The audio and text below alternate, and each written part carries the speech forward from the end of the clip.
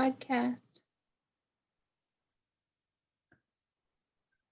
And now it automatically started recording. Oh, it's letting people in.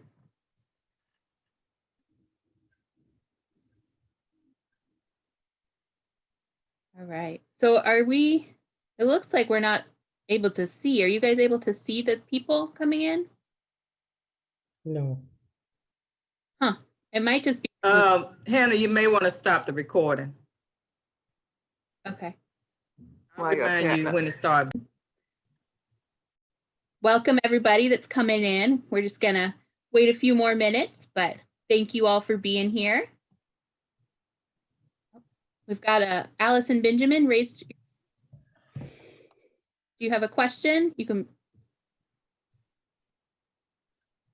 got a question, you can put it in the queue, or if you have a comment, you can put it in the chat. But we're all so glad you guys could join us this afternoon.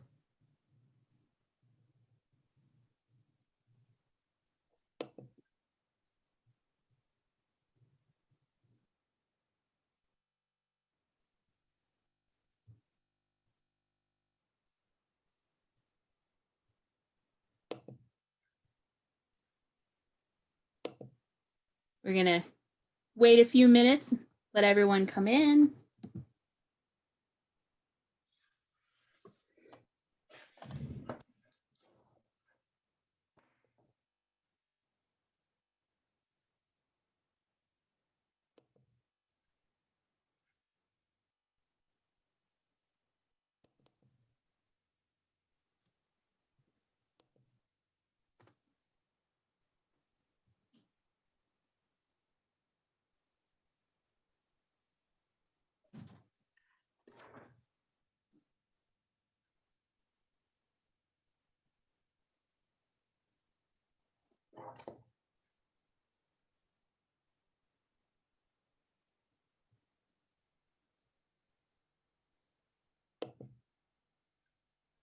I see some people raising their hands. If you've got questions or comments, you can put questions in the Q&A or your comments in the chat. We've got a really big group joining us. We've quite a few that have registered and got 100 people already. So it's going to be tough to have people unmuted and talking. So we're going to really utilize the Q&A in the chat today.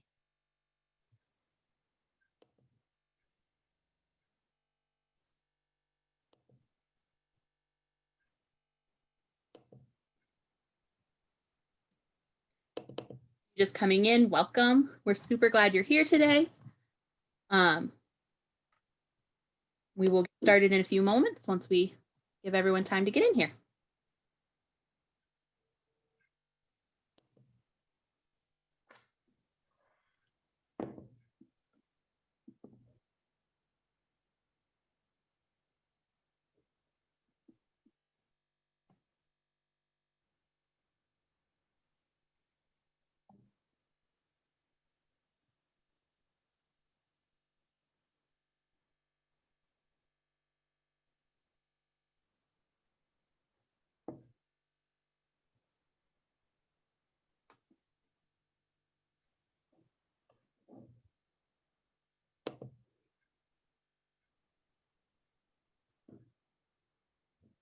Yes, we will be sending out the recording to everybody, as well as some follow-up resources and tools. So you can be expecting that tomorrow.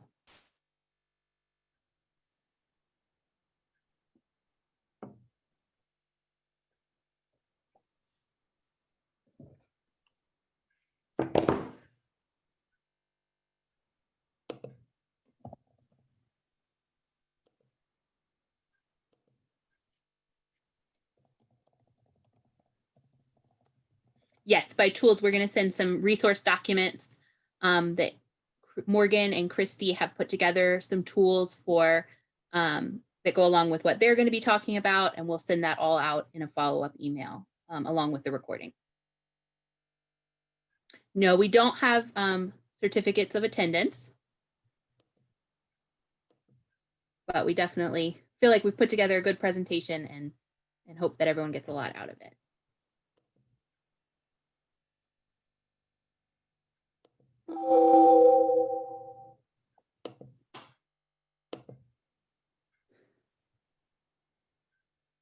Yeah, we can send out our PowerPoint.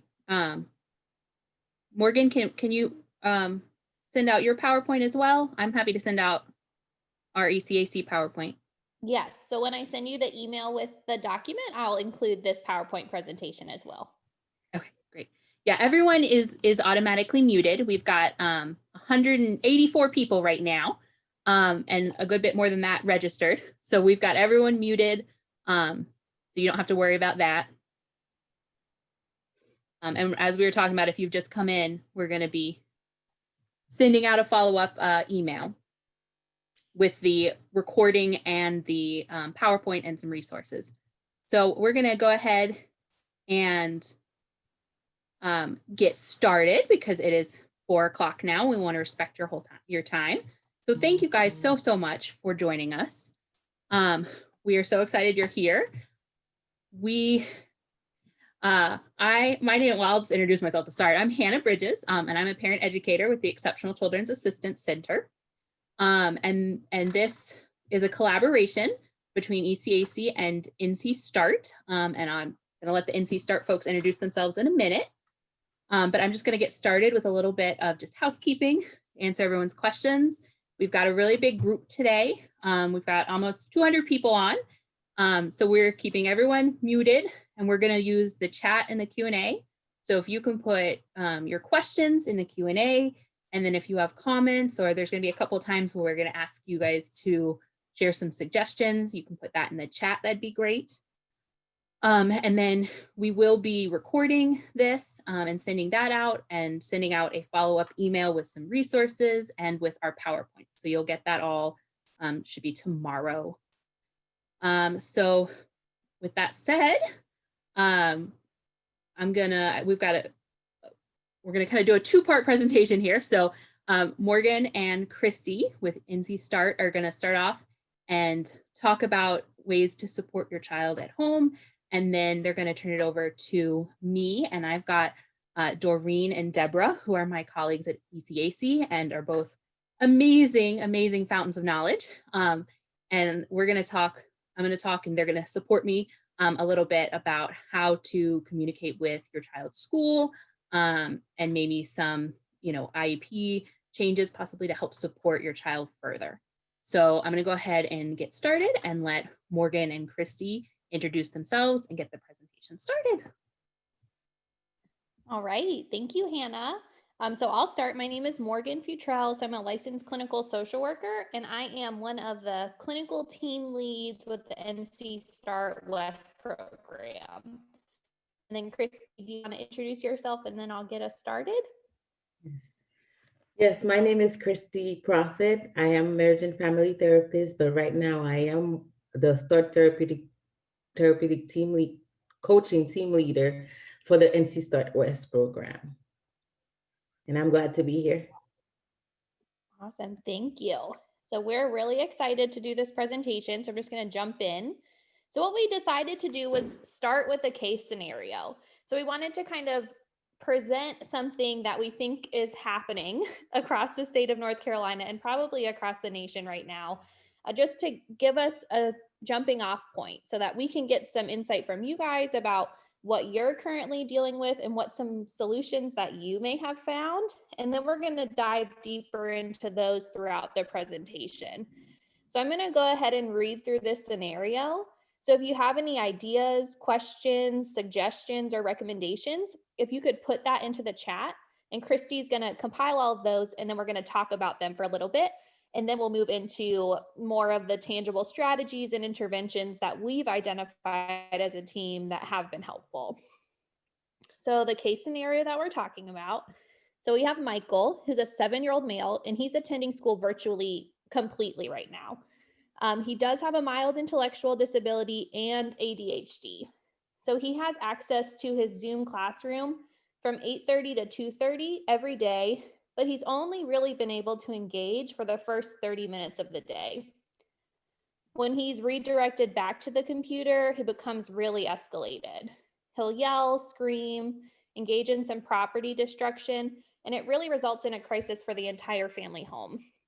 Both of his parents are working from home right now, and so the difficulty in maintaining his attention on the classroom has really negatively affected their ability to work and be productive.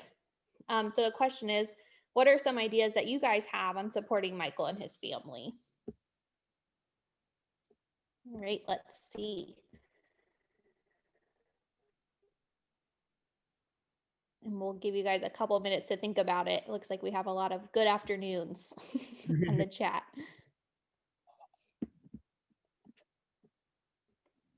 Okay, so we have an idea from Sean to work in focus times, shorten lesson times, and allow breaks. Those are great ideas. So we know with children with ADHD and intellectual disabilities, that time frame of attention is a lot smaller than maybe your neurotypical child. And then thinking of being in front of a computer all morning and all day, it makes it hard for us adults to do our work virtually. So we can imagine that making that a little bit more smaller and manageable can make the day a little bit more successful. Let's see what else we have. Modify the instructional day. I think those are great ideas. Talking with the child's teacher about doing breakout sessions. That's a wonderful idea about some accommodations. So we'll talk about that a lot more in detail when Hannah takes over.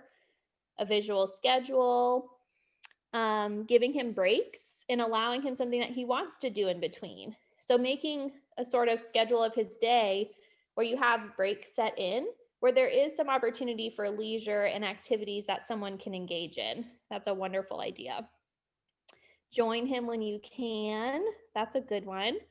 Reward completion. And so I think what you're talking about here is like maybe identifying some tasks or even some time intervals. So rewarding when that has been completed successfully.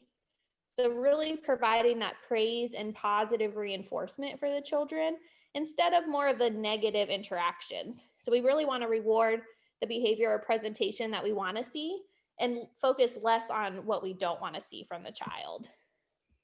Using a timer, that's a great idea. Would it be an effective approach to request a homework packet for home to be completed on his own terms? That's a great idea. And so what we know also is that every child is different. So we may have a child that really struggles with engaging on Zoom all day. It just may not be realistic for him. So maybe there's a way that we can do some of that modified schooling for him and do maybe 30 minutes in the morning and 30 minutes in the afternoon, but then have a packet of work to make sure that he's still getting the educational experience that he needs from that classroom setting. And so meeting him where he's at, and then hopefully we can build on that so he gets that social interaction the best that we can from a Zoom setting, of course. A fidget tool is a great idea. So including those sensory needs. Decrease the amount of time family can be on. Working parents may be stressed trying to follow this schedule, of course. Yes, it's a stress for the whole family. Alternating with breaks, limiting time with the computer, stretch times, jumping jacks. So we're going to talk a lot about that physical exercise and exertion during our presentation as well, because that's a key component. I think for all of us, now that we're in this kind of virtual world, it's something that we as a START team have started doing and really trying to make sure we're taking breaks for ourselves, because Zoom fatigue is definitely a real thing and we're experiencing it. So I can imagine the children are too. Social stories are great and charts. So I'm just going to read through the rest of these, see if there's anything that stands out, and then we'll move forward. Rewarding positive behavior. Having a tutor or behavioral therapist seems to work the best for the kids that I work with. So having someone, of course, dedicated to them would be extremely helpful, but knowing that not every family has access to that, of course. But I think that's a great idea for those that can tap into that resource. Getting the child input, that's a great idea. So what Kristen said was asking the child what they think they need to complete a certain task by breaking it down. So having that conversation and having them have ownership over their schooling and having that independence, that's a wonderful idea. All right. I also saw connection, reduce expectation, Okay. which is a good thing because with everything changing, you want to have expectation that'll follow with the changes that we're experiencing as well. Mm-hmm. Definitely. And then, so this other one that I see that's really standing out to me is the first then language. And I think that's really important and something that we try to talk to a lot of our families about because we can sometimes overwhelm a child with all of the things that are on their to do list for the day. So, using a first, we're going to do this, and then we can do that type of language can really help make it more concrete and step by step. All right. Okay, so I think we're good with this case scenario. Christy, did I miss anything? No, I think you're good. A lot of movement, you mentioned that. Visual schedule were mentioned. So I think we covered the most. Yeah. Great. Well, thank you guys so much for your input. So we're definitely going to dive deeper into a lot of those strategies that were mentioned. And Christy works directly with children and families. So she's developed a lot of resources that we're going to send out to you guys as well and talk about a few of them during this presentation. All right. So I'm going to hand it over to Christy to start diving in. All right. Thank you, Morgan. So one thing I do want to acknowledge that we are living through some trying times right now. And we were so happy when we decided to collaborate with the ECAC to talk about maybe challenges that we're experiencing now and maybe offer some strategies and resources that family can try to at home.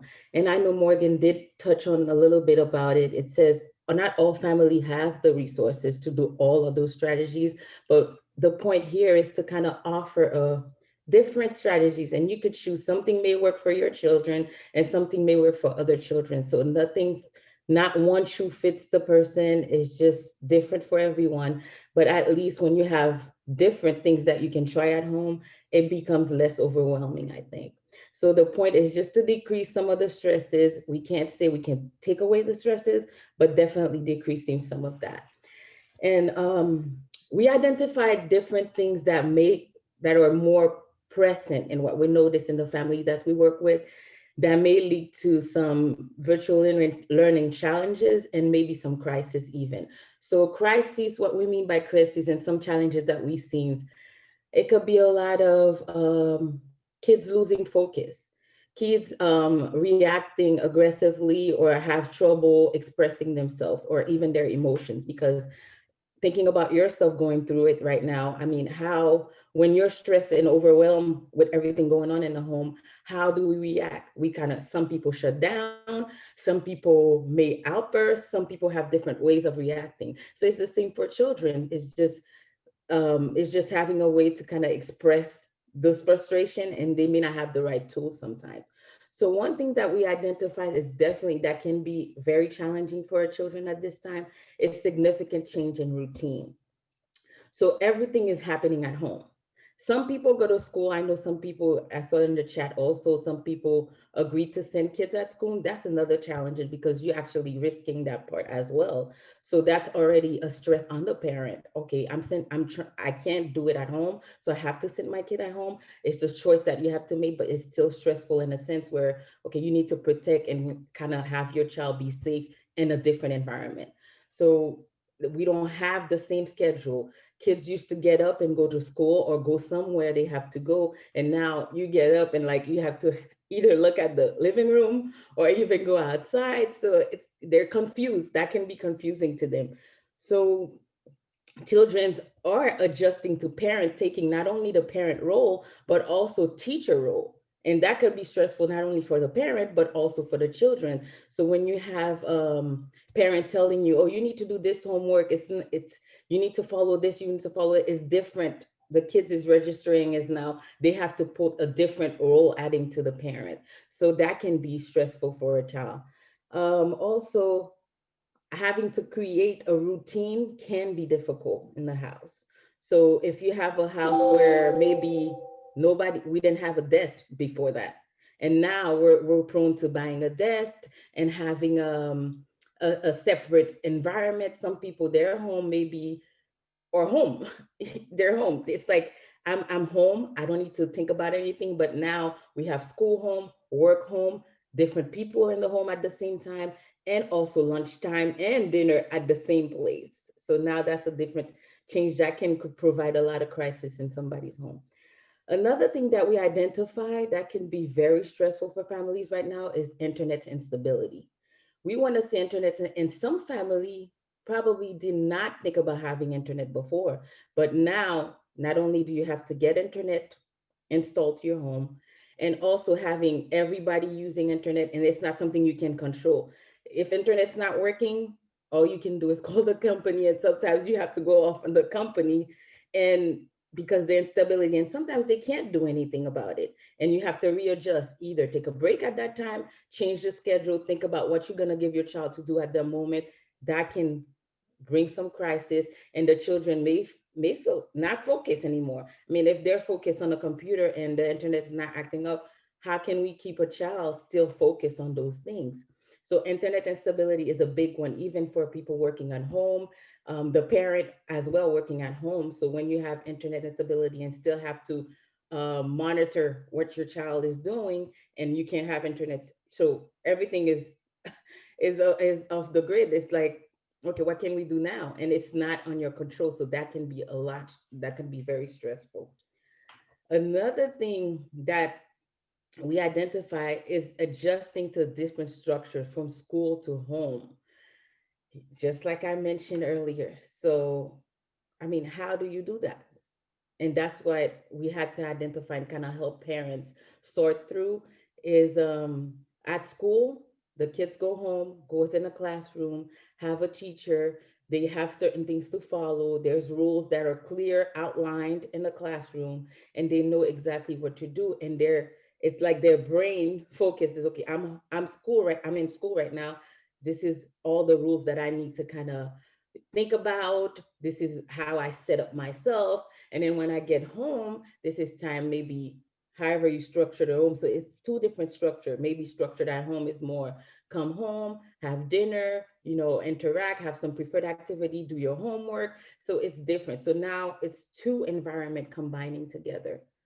That's, to me, that's sometimes the biggest thing that I think parent had to adjust to, and even children, because having the different settings sets to your mind and say, I need to have different ways of acting in those different settings. And when all settings are bridged together, it's difficult to separate all the activities throughout the day. Another thing we had identified is learning the new expectations. So a lot of new rules, a lot of different ways of acting, a lot of different people, a lot of different resources out there. So it's a lot of different learning the new expectations. So how do I act in a new reality? So it's kind of unlearning everything you know before and learning new expectation. So it's a learning process for parent, it's a learning process for children, it's the learning process for all the caregivers that are supporting children at this time, because it's new expectation, new rules, and we have to adjust with the virtual learning a little bit. And then school, I'm sure you're getting a lot of different schools expectations too, because the school is in their own environment, and they kind of give you step by step how to follow and support your child in a virtual reality. And then you have yourself with your different expectation that you have to give to the kids too. I think it's different. It's the different set of rules, I would say. You can go on. All right, so like we said, we could sit here today and identify many different challenges and stressors that we all are dealing right now with virtual learning. And we validate them because they're real. This is what we're all going through. It's real, and people are talking about it, people are going through it. So it's not something we need to erase. But what we thought today was to kind of spend some time and think about maybe some strategies and intervention that we can use. And as we did the scenario in the beginning, a lot of people had different strategies that they're talking, and it was great to see because that means people are adjusting, people are, changing their ways and actually trying new things. Everybody's open-minded right now, I think, because everybody wants to try different things just to maybe have some normality within a little bit of global chaos, I would think. So today, I'll touch on a little bit of the most common ones and also the most prominent one, and I'll explain why they're prominent. So the first one we'll talk about starting the day with a positive. So a few things about the positive. So once you start your day, if you start your day and think about, okay, today I'm gonna have a good day, well, guess what? It's most likely you will align yourself to have that good day. So it's good. It's the same thing with children. You promote that in children. Sometimes having a word of the day with your child is really good. So you could say, you could have, for example, you sit at dinner the night before, or you think about the day as you reflect on the day, and that could prompt maybe for the next morning, okay, what's some stuff that we may want to see in the next day. So when you prompt that day, the next morning, you may ask your child, okay, let's choose a word of the day. It's a family activity. You can choose a word of the day. You could put it on the fridge. You could put it somewhere that you can actually see it, because what will happen is throughout the day, that day will either bring some positive emotion in yourself and in your child, and also that word could be some word that you be living. So let's say your child chooses happy. I'm sure every time that child sees the word happy put on the wall or somewhere along the environment, will probably bring a smile. And even if they were frustrating with the internet not working or something going on, they just see that word and kind of bring some, some positive emotions with them. So I really like the word of the day, and that kind of has been successful with a lot of the families that we work with. Another big one is positive affirmation that includes your child's strength. So when we're in classrooms, a lot of the times when in classroom, we notice that in different studies and different articles that we've seen, classroom where teachers were more prone to highlighting children's strengths, children did better, if you may so, if I may say. They did better because they had a teacher that believed in them, that saw the best in them, so they actually live up to those strengths.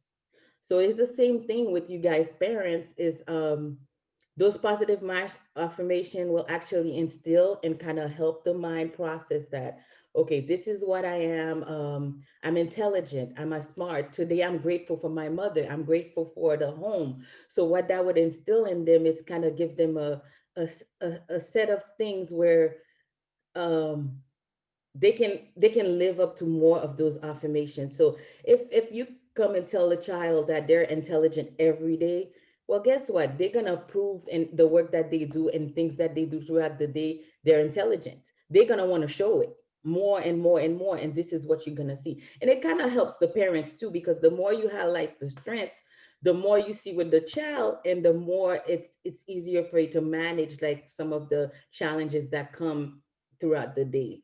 So positive affirmations are good. They just it could be a list that you write and then you read out with them together. It could be different stuff, and it'll be great if you guys can come up with it together, because it's more heartfelt, it's more real, so you can just read it every day, and that kind of helps bring that positivity throughout the day. So preparation for the day. So just like I was telling earlier, in classrooms, the teacher, some teachers have a list of rules. Sometimes they go over it every morning. It may be part of their schedule.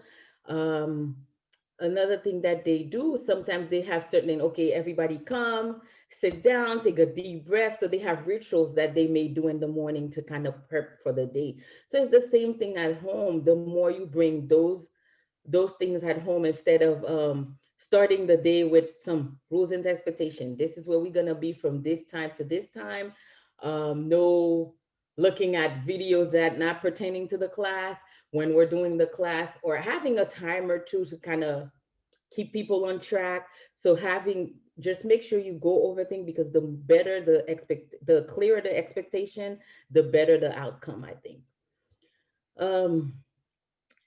And also, in the school again, talk to your teachers and maybe ask them, maybe some of the stuff that they did in the classroom, there are resources about that. So you can replicate the same thing to your home. Everybody doesn't have a space. We're not asking for you to have a classroom, but a designated maybe area where you can have the kids have a little bit of the school aspect. So maybe positive affirmation, maybe some words of the day, maybe a calendar is a great way to have just to have the environment set up, and work with your teachers, because the teachers are resourceful. They had those children in the classroom, and they did a great job keeping the rules in check. So I would think that talk to the teachers and ask how they did it, and maybe having you mimic some of the stuff that works. And so if some teachers know your children even more, so spend more time with that teacher that knows your children better, so you can replicate some of the great stuff that they were already doing in the classroom that worked for your child, so you can actually do it at home. Because sometimes you don't need to reinvent a reel, it's already been done. So asking questions how it was done, so you can actually replicate with all the resources that you have, sometimes is the best way to go. And I know in the chat earlier, somebody said jumping jacks. I saw a lot of things about movement, very important, because sitting in front of the computer, I'm sure a lot of you guys need to stretch, get up, you get tired. So stretching videos, there's plenty out there. So, and it can be some that if you are well versed in the stretching, it could be stretching your arms. Sometimes the children will actually lead on that because they're always in movement anyway. So they'll know some of the stretching movement that you guys can do. So starting a day with stretching, that could be how you prepare for the day. It could be a start of the thing, and having movement, incorporating thing kind of helps with less fatigue on that chair in front of that computer for the learning, kind of help you refocus as well. Routine and structure is very important, because they come from a classroom of structure and having that routine of going there. So incorporating any routine and structure in the home is very important. Just like we saw in the scenario, having a schedule kind of helps the child predict what's coming next, kind of helps with transition, kind of help even you plan your day according to that schedule. Because if it's some day that you're gonna just wake up and say, okay, I'm just gonna get up and we're just gonna do that, it kind of adds to the stress, I think. So having a plan thing, even though things may not go as planned all the time, because sometimes some things may happen that maybe an activity on the schedule maybe left alone, or we don't have time to do this activity, but having a schedule that you can follow kind of helps you gauge your time a little better and complete, because you get a sense of accomplishment by the end of the day. So today I checked, I did everything on my schedule. So that sense of accomplishment help your guys feel fulfilled, feel less stressful in the home. And we do also a lot of the reward system. We want to be careful with reward system, as far as we want to make it realistic. So let's not promise things that we can't fulfill. So keeping it with things that you have at home, or even not even with things, but mostly it could be quality time. So let's say your child has a video that they like to watch. So that could be one of the rewards. It doesn't necessarily have to be monetarily, but it can be stuff that you offer as a reward that are still in your limits, still that nobody's promising anything that we can't fulfill, and things are right there in your environment. Okay, creating a daily schedule, which I touched a little bit on that. It's very important to create that daily schedule just to keep the child know what's coming next. Predictable days are usually less stressful days. Okay, and calming strategies are very important. think about it. We all as the world are going through stress right now. And I think calming strategies should be implemented in the home as a whole, for parents, for children, for anybody working from home. It should have some calming strategies, especially for children. Um, Guided meditations are a good one that you help children imagine in a happy place. There's field trips that you can visit online that will help kids, at least travel to some place that they didn't thought they would be able to travel and have a little sense of visualization in a moment. Yoga, I saw somebody put yoga. Yoga is a great one. If you know yoga and you can have some videos and have kids follow yoga, it's a very calming situation. Actually, there was a study made in Europe where they incorporate yoga in schools, and kids were less stressed and overall. So that's a good one that we have that you guys said. A lot of the grounding techniques include deep breathing, feeling that you're grounding, that you're present, paying attention to your environment. All those are great strategy, which we'll be sharing, like Morgan said. So all those things should be incorporated in the daily schedule as well. So time for breaks, time for coming strategies, time for movement, and of course, time for homeworks and following class studies. This is just a simple example of visual schedule. It doesn't have to be very complicated. And if you don't have a printer, you can write it down as well. Visual schedule was a lot for children because they can visualize exactly what you're asking them to do.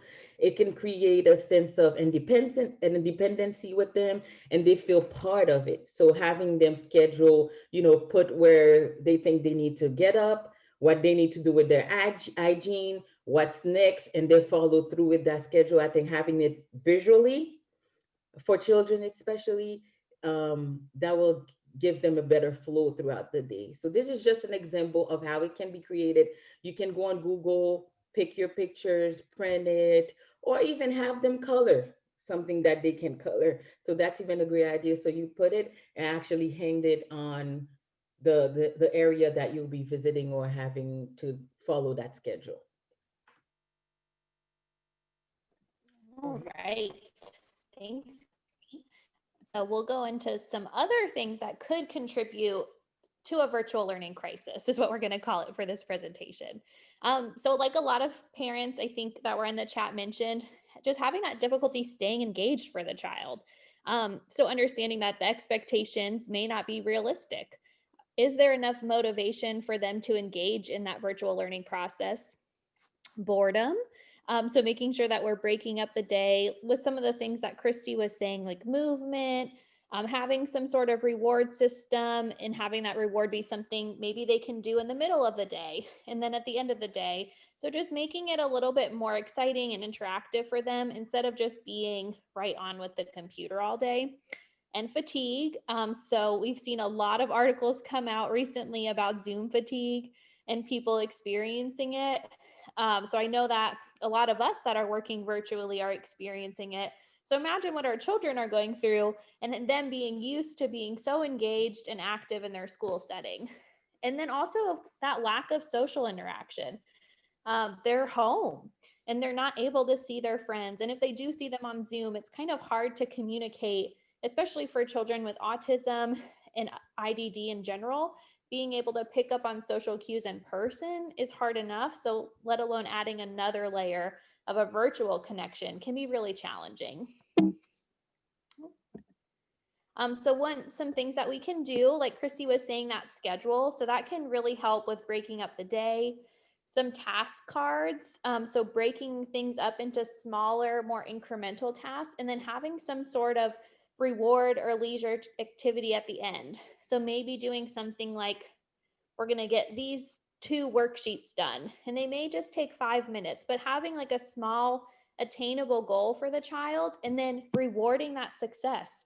So that gives them something to be excited about and to know that they're doing well.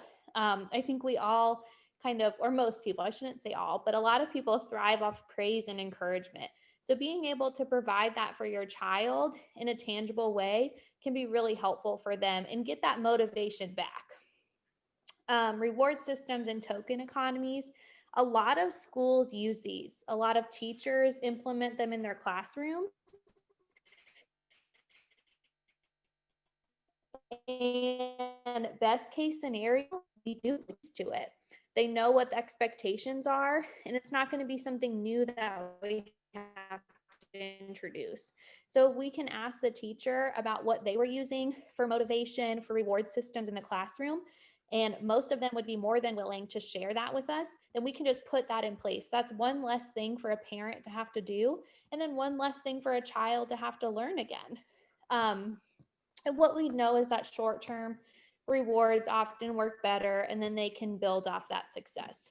Gives you a sense of esteem and accomplishment. So we really want to build off that for these kids that are stuck at home and having to learn virtually. And then of course, like Chrissy was saying, working in that exercise and sensory activities. I know someone mentioned the fidget tools.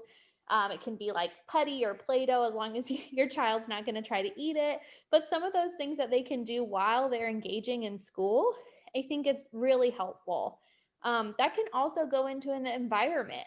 Like, I don't know if some people are motivated by scents of smell. So if they need like a calming scent while they're doing their classroom, or an invigorating scent like lemon or citrus, or if they need calming music or no sound at all. Every child is so different, but figuring out how we can work in some of their sensory needs into that school environment is really important. And then strength spotting. So Christy mentioned this briefly when she was talking about like starting the day off with a positive, but really highlighting when you see your child using their strengths. Like if you think that your child is a funny kid, they have the strength of humor, and you see them laughing about something or making a joke to their teacher, spot that, highlight it to them and be like, I see you using your humor, like great job with that. And so really just trying to build them up. This is a weird time for everyone. The stress level is so high. So giving an opportunity for your child to feel accomplished and like they're doing something well, I think is a really important part of this. And then these are just some of the strategies, and we're going to send this in a Word document as well with like some directions and stuff. So just some strategies for like other things that we can do to engage your children. So this one here on the left is like museum tours. So a lot of museums are doing virtual tours, which we've done with a lot of the individuals that we've supported, and they've loved it. They've been really engaged in the tours, asked questions, and it's just like this thing that they can do at home and learn and be engaged in something. And then this build a house thing is a meditation exercise, but we'll include the link to that and everything when we send out the PowerPoint. And then also like listening to podcasts, educational learning. So we all know there's so many different modalities for children and adults to learn. So tapping into what your children thrive in. So are they people that learn well by listening or writing or doing kinetic style things? So really tapping into what helps them to do well and building off of that.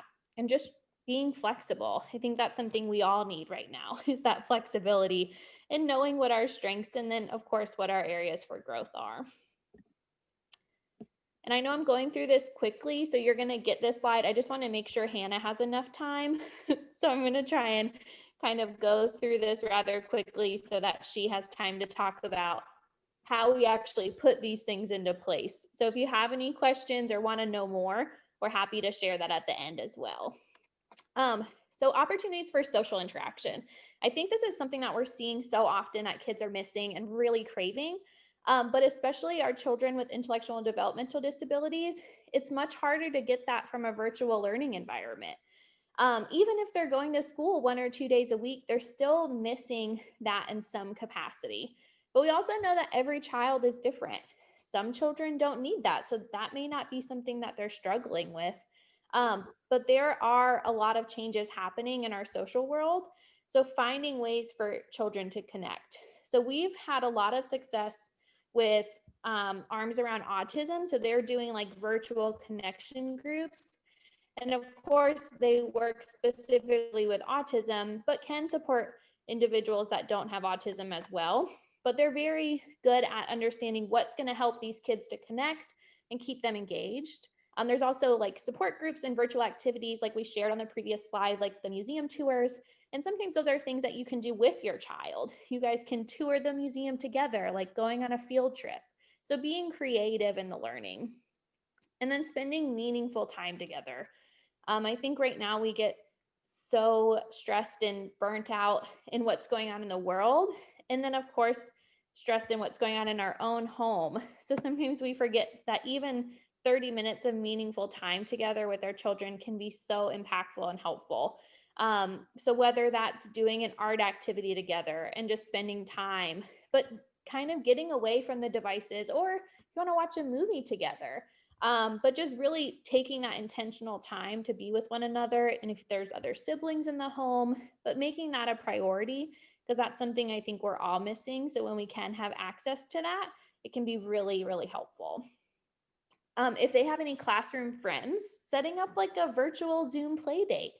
But it is really important. So instead of just sitting a child in front of Zoom with another one of their classroom friends, I think it's been really helpful to plan some sort of activity to go along with that.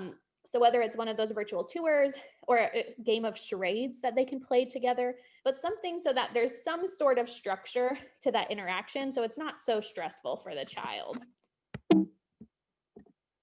And then these are some of the resources that we found that are offering virtual events. So we'll send this in the email so that you guys have access to this.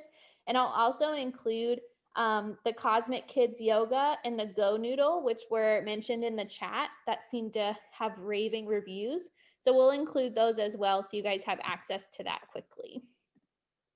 All right, I'm going to hand it back to Christy for our last two slides. And we're not going to do the final case scenario just because we're running out of time. But at the end of the training, after Hannah goes, if you guys have any questions or want to learn more, we're happy to stay on and talk about that as well. Thank you. So we did talk a little bit about that as well, is having, one of the challenges is having home and school integrate right now, but it is very important, I can't stress that much, to kind of try to separate those two. So having a home setup, like try to make sure that it's clear to the children that this is school time and this is home time.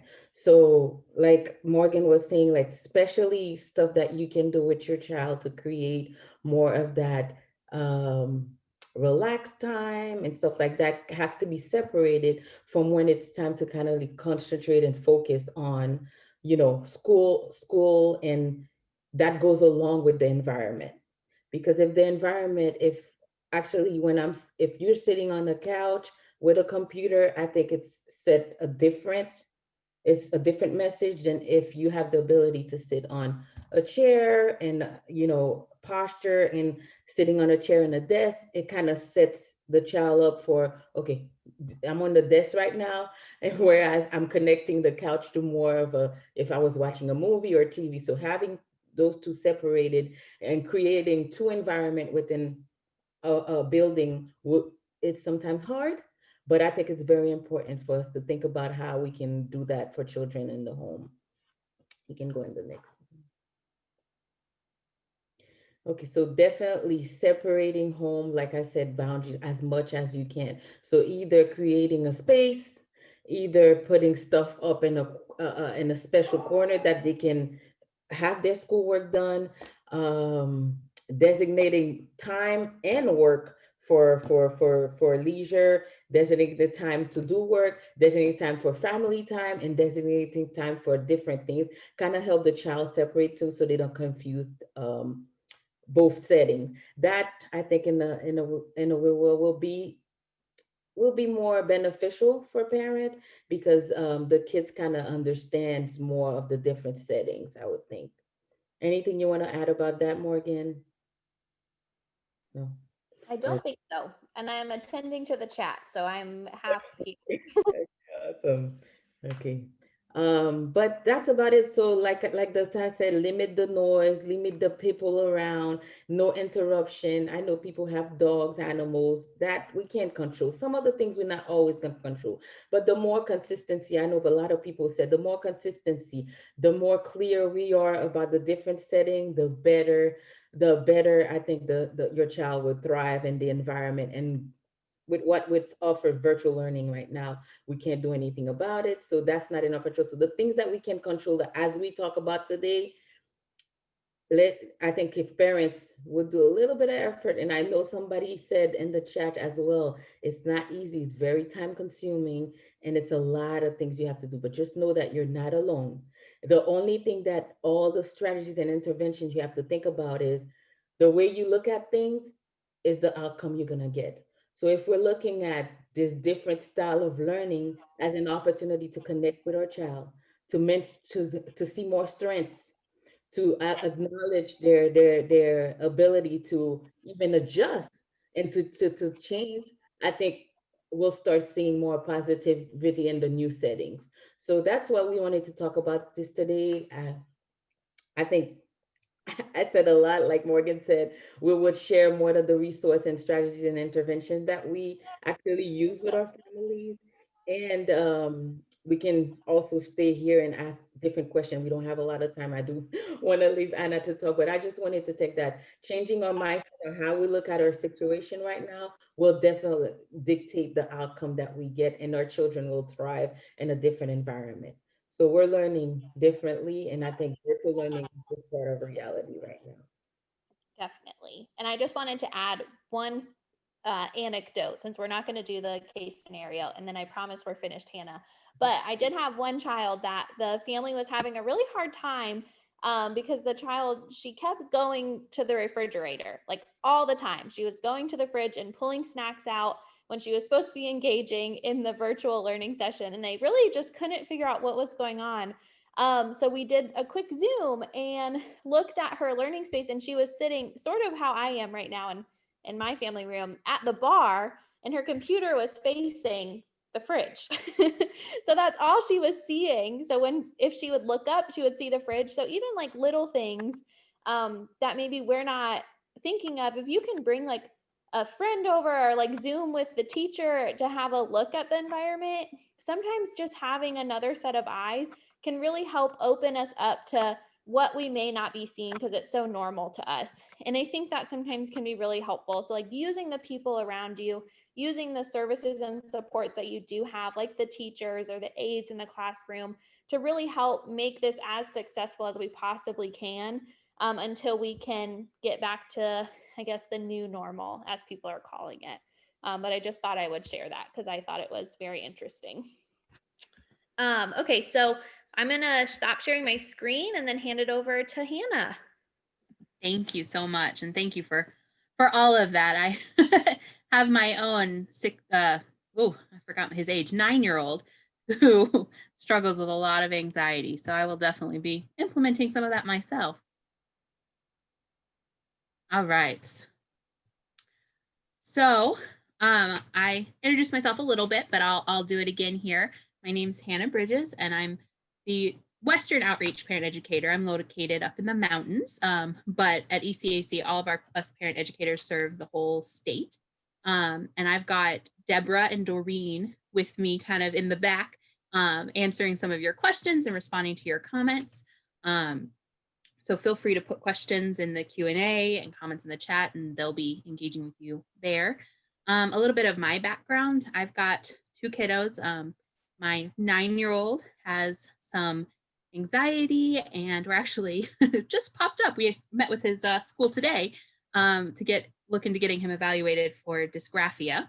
And then I have a 6-year-old who has a genetic condition. So I've been doing this personally, and I've worked for the Autism Society, and then now I'm a parent educator at ECAC because, this is kind of my passion. And I know as a parent how overwhelming this is. And I've got 2 kiddos who are doing virtual learning themselves. So I'm seeing some of this firsthand, and thus jumped at the opportunity to collaborate with NC START on this webinar, because I know just from my own experience how beneficial this information is. So I really am happy to be here and happy to share some information, and definitely, you know, we're not gonna be able to address every situation. So I just encourage you to call us. I've got my contact information as well as ECAC's number at the end and NC Start's contact. So, you know, if you have lingering questions, please, please, please reach out to us. We can answer those and talk more about specific situations. So to really dive in, maybe it'll let me go to the next page. Oh, there we go. Communication is key. A lot of behavior challenges can really be solved with minor adjustments. And what needs to happen is just that good communication. You are now in a position where you are seeing more what your child's going through than ever before. So it's even more important now that you are communicating with their teacher, with their, you know, whole team, and really sharing resources and sharing information. So we encourage everyone to make sure that they have a plan for ongoing communication with your child's teacher, or teachers if they've got, you know, more than one. And that can look like a lot of things. We've talked to parents who just have a Google Doc and they type in it and the teacher types in it. Some teachers, you know, have the Remind app or something through Google Classroom, and some will, you know, be happy to text with you. So you really just talk with your kid's teacher and see what is going to work best, and make sure that you know when an issue crops up or when you're concerned about something, that you have a way to communicate about that. And then when you do communicate about that, be specific. You know, just telling them that your kiddo is struggling with math or struggling with focus isn't the most helpful. But if you can say, you know, during this lesson, when they were on the Zoom call or when they were trying to do an assignment, they had this, you know, type of behavior, and really provide as much information as you can, then you and that teacher can have a conversation. You can go back and forth about maybe, you know, it has to do with this platform, or maybe it's this type of assignment, not necessarily the subject, but the type. And you can talk about possible triggers together, because your teacher, your child's teacher knows, you know, your child from an educational standpoint, and you know them. So you both have this really valuable knowledge. And when you bring that together, then you can really solve these problems. Part of that communication is obviously having the information to communicate. And so you are in this unique position where you're the one who needs to be collecting this data on your child. I mean, the teacher sees them for whatever time they're on the screen, and they're also seeing all the other kids on the screen. So you're really in the position, or, you know, if you have another family member or professional who's helping your child, that person is in the position of collecting this information. And so it's important that you have a way that you're keeping track so that you can then communicate that back. So there's a lot of ways you can do that. And it's very possible that your child's teacher or school already had something in place that they have been using, and they can provide that to you and you can use it. You could create, you know, something specific to your kiddo, or these are just some examples that I found just doing some Googling. There's a ton of downloadable, you know, behavior checklists and charts and things like that. And some of them are more on the kind of reward system thing, and some of them are more tracking. So it's really specific to your situation. And that's something, you know, I'd encourage you to talk with your kiddo's teacher about what you want to be keeping track of and how that's going to work. But it's important that you have, you know, a way to write that down so you really know what you're communicating. So sometimes, you know, hopefully that communication will solve a lot of issues, but sometimes we know, you know, we're going to need to go further, and we're going to need to actually make changes to a child's IEP, or 504 if they have one. But in an IEP, those changes might involve new behavior goals. If you're seeing an ongoing challenge and you've tried a couple things, and they're still really struggling, it might be appropriate to have a meeting and to put some new goals in place. And these are just a couple examples, but really the key information is to make sure that the goals are specific and it's clear what, you know, you're measuring, what does success look like for your child in meeting this goal, and who's collecting the progress data. Because, you know, at school, it was the teachers, they were doing all of that. But now with virtual learning, you know, you as the parent might have an important role in, not just observing your child, but really in collecting data to help show the progress they're making. So that needs to be talked about when you're having this meeting, when you're talking with the IEP team. What is your role as a parent? How are you contributing to, helping your child meet these goals? So accommodations and modifications, this is really a big one about, and this, kind of comes back to a lot of the things that Christy and Morgan were already talking about.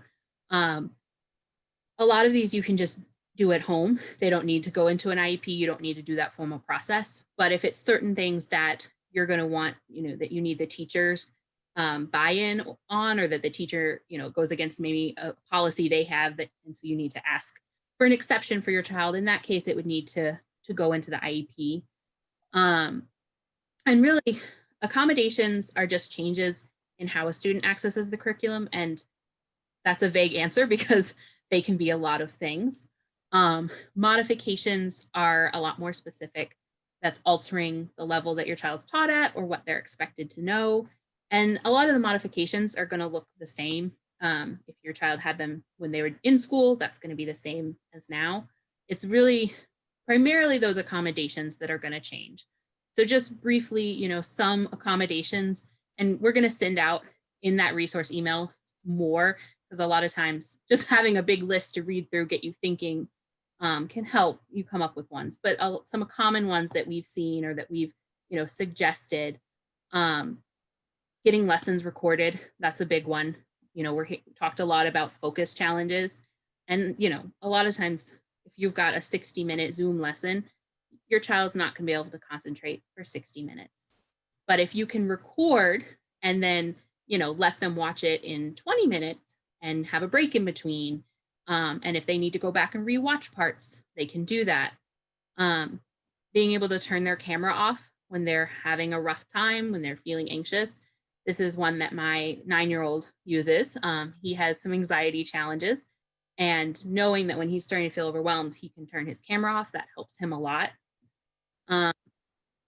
Some kids struggle with using the computer, and there can be a lot of reasons for that. And that's really where that back and forth with your teacher can help identify what specifically is challenging. But I know I talked to a parent, the specific issue was, the kiddo was completing math problems on a computer, and he would just select, A, B, or C and press the next button. He wasn't doing the math, but he knew that he could just select them and get through them quicker. So he was doing that. But when you put an actual worksheet with the same problem, it's not as easy and satisfying to click it and be done with it. So he was actually working on it.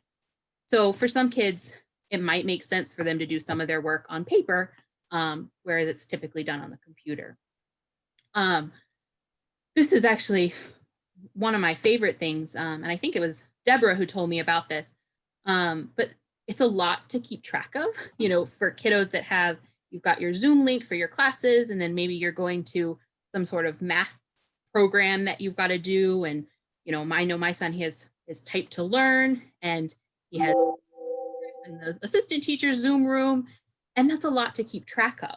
So, and this is especially for, older kids, a visual schedule is not going to necessarily be appropriate, but giving them their daily schedule with links embedded, so they're not having to do the executive functioning work of being like, okay, so I've got this class and I need this, Zoom room, or I need to go to this program.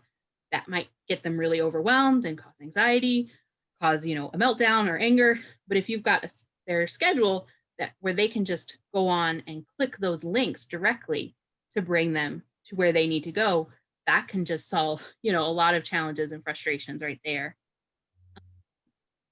And then, there's lesson outlines and fill in the blank notes. And then finally, all the sensory stuff, the fidgets and the wiggle stools. My 6-year-old, he uses a little kid's rocking chair because he was literally sitting in a normal chair and wiggling himself onto the floor within 5 or 10 minutes of his class starting. So that rocking chair helps him get his wiggles out and be able to focus better. So there's a wide range. I would caution, it's easy to see like, oh, well, that would help my kid, and that one would, and that one would. and kind of want to try a bunch, but it's really important to kind of identify the biggest challenges and put in place a few at a time to really see if that's helping your child. Because just like Christy was talking about, those changes can be just as stressful. So if you don't want to put into place too many new things all at once and stress them out with that, but finding some good accommodations for the virtual learning specifically can really help those.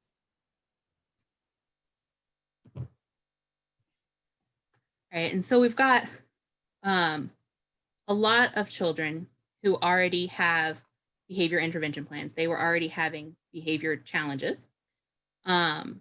And it makes sense that in a new virtual learning, that needs to be updated, because they're going to have different behaviors or different expressions of their behaviors, and the replacement behaviors are going to need to change. So it's very important that if your child already had a behavior intervention plan, that you meet with the team and talk about the adjustments that need to be made. And if you're not familiar with a behavior intervention plan, the goal of it is to identify the behaviors that you want to change, and what is potentially causing them, and so what can you do to prevent them, and then what you want to replace them with, replacement behaviors, because you can't just get rid of a behavior.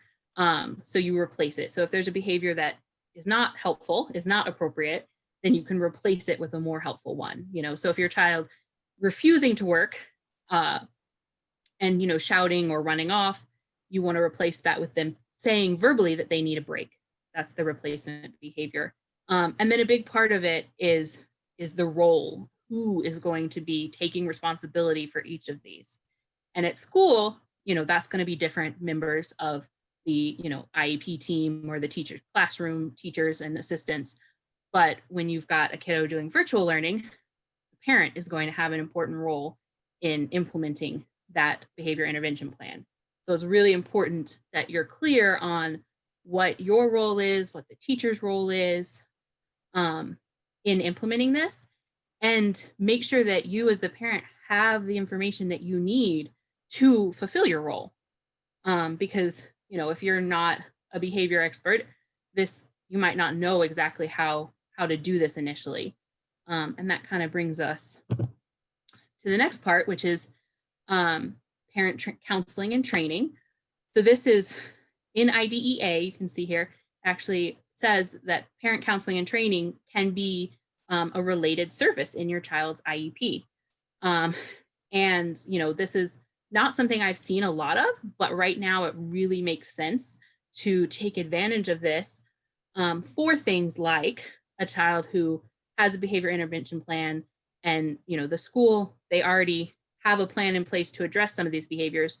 So instead of trying to, reinvent the wheel, they can spend time teaching you, the parent, how to implement that behavior intervention plan, how to work with your child on those behaviors. Another example of where this might be appropriate is if you've got a kiddo who's got, dyslexia or some sort of reading challenge, and their teacher is teaching with a very specific reading program.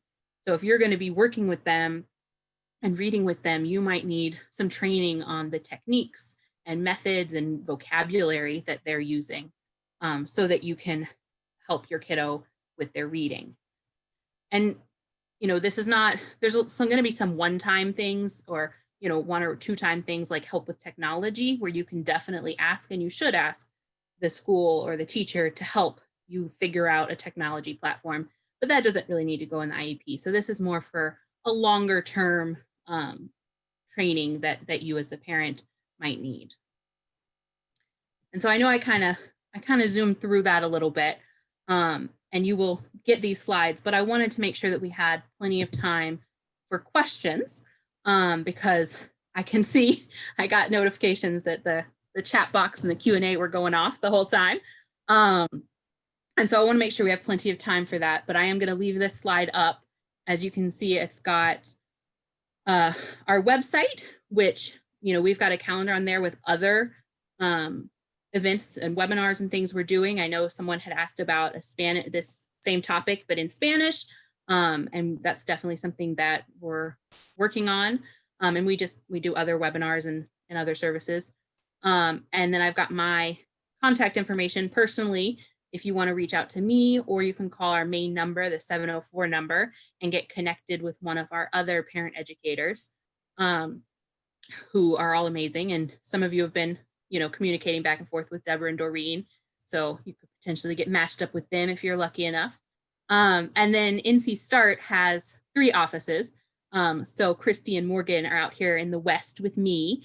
But if you're closer to these other locations, then it might make sense for you to reach out to them specifically, if you're interested in their services. So with that, I guess I will leave it open for questions.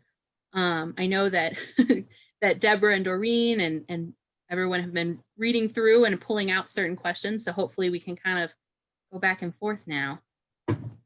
Well, Hannah, one that's sitting in front of us now is a person asked whether or not when they get a copy of the presentation, will it just be the slides, or will it also include, I guess, the language? And I thought I heard you say something about a recording. Yes, so we've recorded this, and I'm going to email out the recording and the slides in the email. Just like with your child and their Zoom lessons. If this was too much for you to focus on, I will send you the recording so you can listen to it in smaller bits. And Doreen, I think this may be for you, and I think you may have answered it. I'm not sure if you answered it to all the participants or just privately about the person that has a son, and they're debating whether or not to send that son back to school or just keep the son doing remote learning. He has ADD. Yeah, and my response to that one is that obviously we can't make a blanket statement, one way or the other about, what's going to be good for your child. So this might be a good situation for you call the office and talk to one of the parent educators, and we can kind of bounce stuff off. I'm the parent of 2, they're now young adults, but kids that had ADHD, and I also live with it myself. And if you want to ask for me personally, you can do that. Otherwise, just ask for a parent educator, and then we'll sort of walk through and help you talk about pros, cons, and those kind of things that are unique to your child. We got a lot of questions about certificate of attendance. I know that Tony can send out an email saying that they attended, and I believe that that has been sufficient. I'm not sure if she does a certificate or not. So yeah, we can send a certificate. It won't have individual people's names on it, but it will just be a kind of certificate of attendance with the webinar name. And given how many people you have, you might want to just add that to whatever follow-up email you send out instead of trying to keep up with which ones get it and which ones don't. Yes, that was my plan. So you don't need to let us know. We'll send that out to everyone. Thank you. Someone asked about high school students learning remotely. Any suggestions as it relates to high school students? Well, I think it goes for the same stuff that we were saying. I know like sometimes kids want to have their own schedule, but I've seen a lot of the high school student that we support, having a planner helps a lot, kind of monitoring to them, using that planner, and asking them what's they're comfortable, because they're at an age where they can actually, advocate for themselves, asking what's more comfortable for them and creating a plan with them. So I think guiding them through a plan, or even using that planner and some of the techniques that we talked about, are easily can be used for high school student as well. I don't know if anybody has anything else, but I think some of the stuff, most importantly, I've seen that high school student like to use planners, and they want to be guided in a sense where what would be more comfortable, and giving them some advice that they would want to follow themselves, but they want to take responsibility themselves.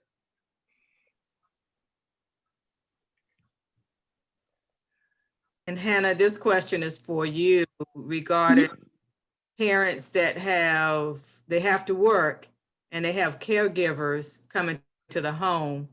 I guess she's asking for what type of support or suggestions that you may have as relates to training caregivers. I'm not sure if that's the actual question. Yeah, I think what she's saying is, they've been focusing on teaching parents what they can do, but if the parents aren't going to be really accessible and have the time to sit there with their kid and all of that, is that what is the school's obligation or to try to fill that gap or to try to make things better? Is there a role there for the school? Yeah, that is a tough question. I mean, there's certainly the school has the same obligations to provide a free, appropriate public education to your child. So a lot of that is going to be specific to the individual, and goes back to that communication. So it's important that if you're working full time and you're not able to be with your child, or you've got some other caregiver or a family member, that you communicate with the school, with the teachers, about what you're able to do, and what supports they can provide. They certainly, could provide training or help out with that, with the people who are with your kiddos, or see if they can work with you on the hours, on when they can meet, or if they can do like one-on-ones at odd hours. You can always ask, always tell them your situation, and see what they can do. More than that, is really a one-on-one situation, and we can definitely talk more about that if you want to reach out to us, and kind of bring some ideas specific to your situation. Deborah, do you or Doreen have anything to add to that? Well, I was going to say earlier, you mentioned about having the lessons recorded. This would be Mhm. one of those situations where that could come in handy, because if the child's home during the day and they may or may not be tuning in, but in the evenings, or whatever time the parent is available to them, then they might be able to, provide a little bit more supervision and assistance to make sure they're actually checking in on those assignments and lessons, and getting them covered that time. Yeah, definitely. And I do see. Okay, how do parents receive training and behavior intervention plans? Is there an online training or book through the school system? So if you mean just sort of generic information on what a behavior intervention plan is and what it should look like, then please reach out to us. We can include some information on that in our follow-up email. And then if you connect with ECAC, we can talk more specifically about that. If you mean training specifically on implementing yours, like I was talking about, that would be something to talk with your child's IEP team about, seeing if you can get that put in place.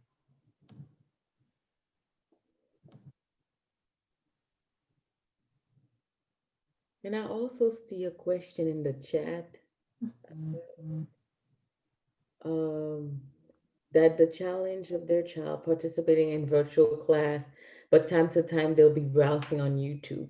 So what I would say to that is, just like we talk about, is designating times to, maybe YouTube is one of his probably interests right now. So maybe incorporating that in the schedule, not telling them that they don't have to use YouTube, because that doesn't work, but maybe having a specific time where you say from this time to time is your YouTube video, to kind of look, giving them those times, because they need that preferred activity. So one preferred activity, one, like, kind of negotiate with them, and one virtual learning, so they can actually focus and look forward to that preferred activity, because it's harder for some kids learn differently, and having virtual incorporated for everyone, we kind of have to see what each child are uncomfortable with. I'm thinking maybe having some YouTube video time throughout the day for him that he can designate to watching that, so he doesn't feel like he's missing out on that.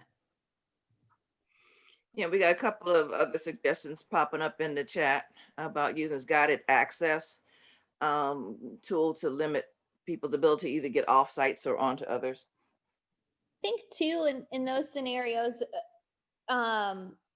being, patient and understanding, but reminding, like, we're not going to do that right now. You have time for this at this time. Because even as an adult, sometimes when I'm doing stuff, I find myself checking my email.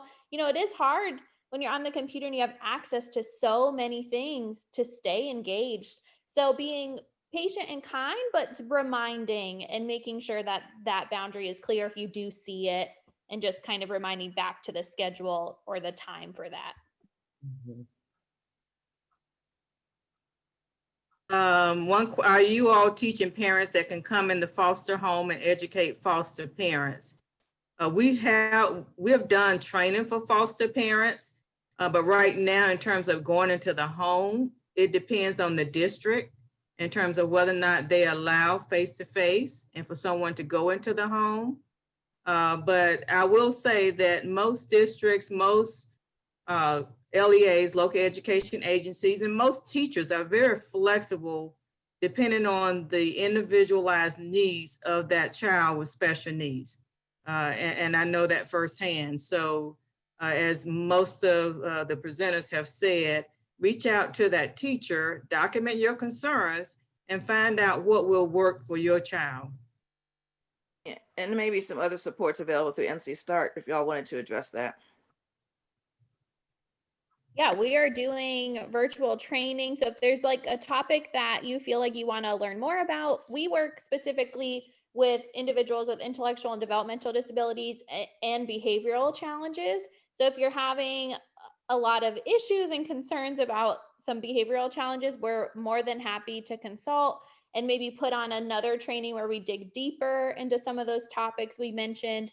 So you can always let us know what you feel like your community needs, and we're happy to adapt and make sure we provide that for you. Also seeing some questions about online training for foster parents. That's not something that we have right now.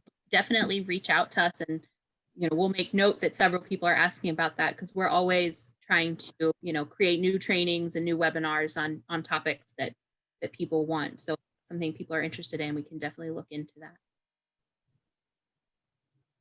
Yeah, we're doing more webinars these days, obviously, because there's not a lot of face-to-face stuff going on.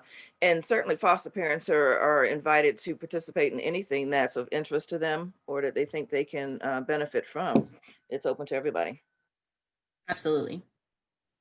And I will say that the feedback in the chat and the Q&A from professionals, it's been excellent during this webinar. And actually someone made the comment, maybe we can have a follow-up and get ideas from the parents and professionals that attend the webinar.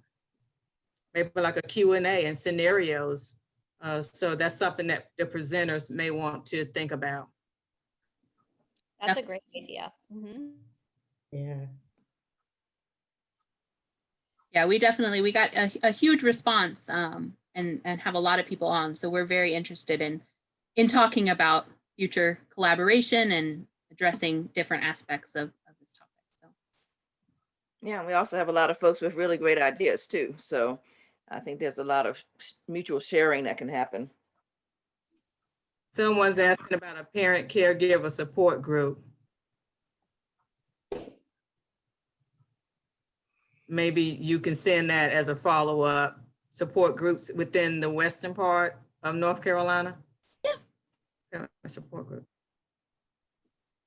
Yeah, there are a couple. Morgan touched on a few of those as well. I think she was already going to send a few of them, but we can definitely do that. Yep, and they are. So I know that the Autism Society is doing one, and I'll look for some others in case any of your children don't necessarily have autism.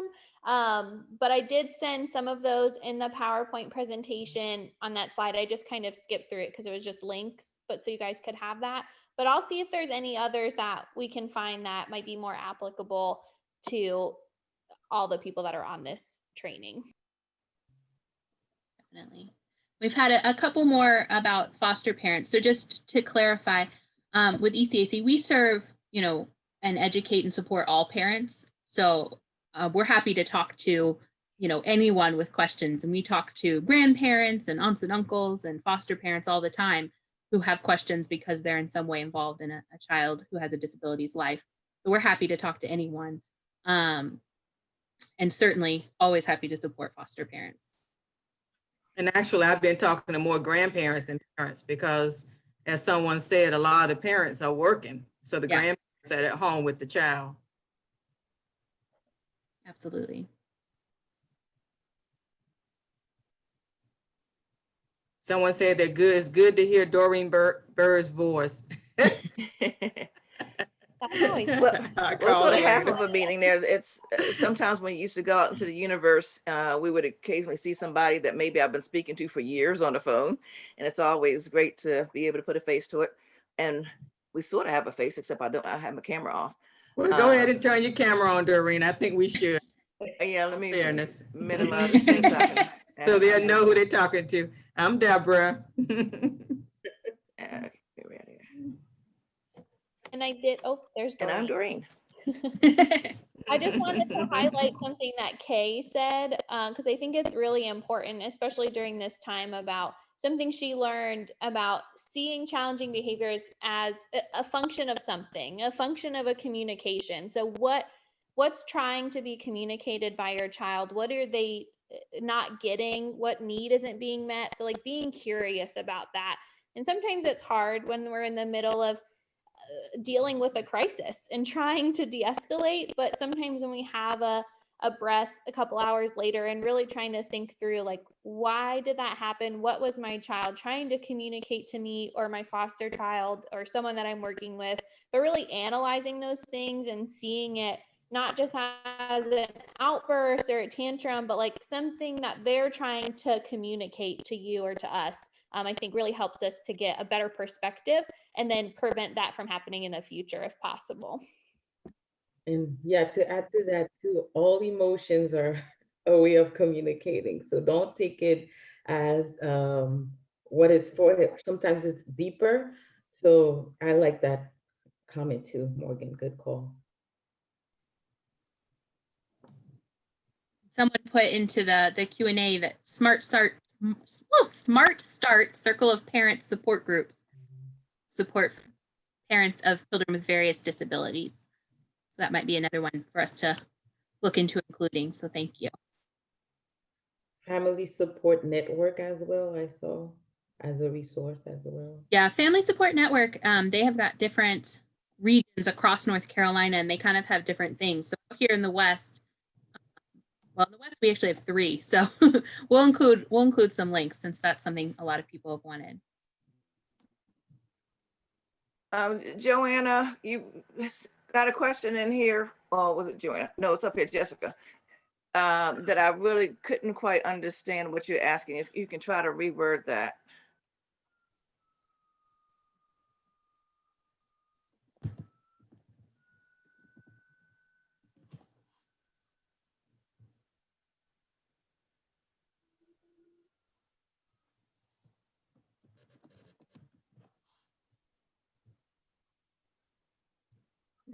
So my screen is moving around up and down. So as people are typing stuff in, it's jumping. Well, while she's rewording that, I got to put a plug in for the Deafblind Project, because I have a son that's totally blind with progressive hearing loss. So if you have any questions as it relates to services available for an individual with vision and or hearing loss, feel free to give us a contact. Call us.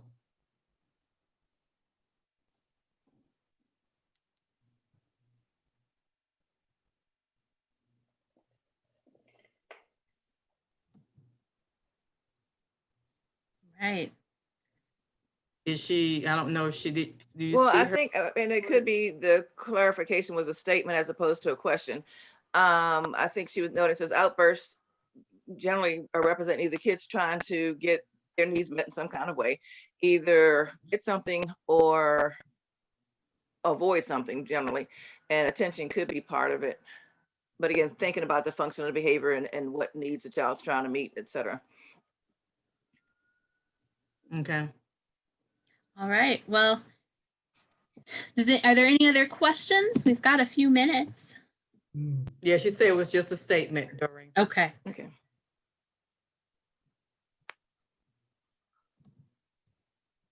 And like I said, we will send out that email with all the resources that we've talked about and the recording and the PowerPoints and all tomorrow. Great job. Thank you guys all so much for joining us. And thank you, Christy and Morgan and Deborah and Doreen, everyone. Thank you for having us. Yes, thank you so much. We're happy to be here. All right. Well, thank you. I hope everyone has a great evening, and I'm going to end the webinar.